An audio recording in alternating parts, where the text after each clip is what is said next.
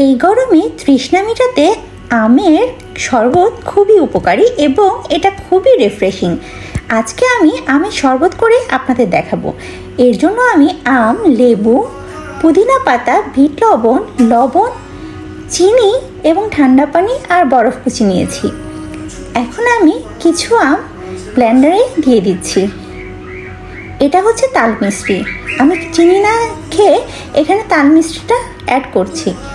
এখন আমি এখানে একটু কাঁচামরিচ দিলাম, ফ্রেশ আমার গাছের পুদিনা পাতা দিয়ে দিচ্ছি।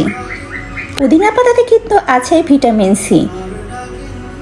এখন আমি এর মধ্যে দিয়ে দিলাম 2-3 ফোঁটা লেবুর রস। লেবুর রসটাও প্রচুর পরিমাণে ভিটামিন সি। আমাদের শরীরে গরমের মধ্যে যত পানি পড়ে যায় তা কিন্তু ভিটামিন সি খেলে অনেক উপকার হয়। 2 চামচ চিনি দিয়ে দিলাম, অল্প একটু লবণ দিয়ে দিলাম। এখন দিব অল্প একটু বিট লবণ টেস্টের জন্য। শুধু কি খেলে হবে?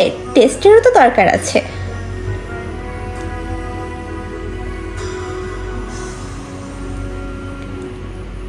এখন আমি এর মধ্যে একটু ঠান্ডা পানি অ্যাড করে নিব।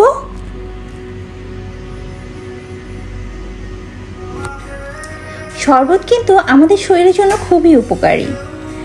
আর ঠান্ডা বানানোর জন্য আমি এখানে 2 কিউব বরফ নিয়ে নিলাম।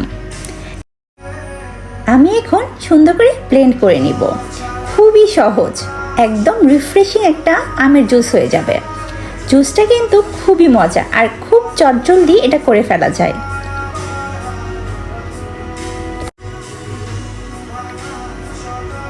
এই তো আমার জুস হয়ে গেছে। জাস্ট 2-1 মিনিট করে নিলেই হয়ে যাবে। দেখুন কতটা সুন্দর হয়েছে। পুদিনা পাতার এত সুন্দর একটা স্মেল আসতেছিল, কি আর বলবো। এখন আমি একটা গ্লাসে এটা সার্ভ করে নিব।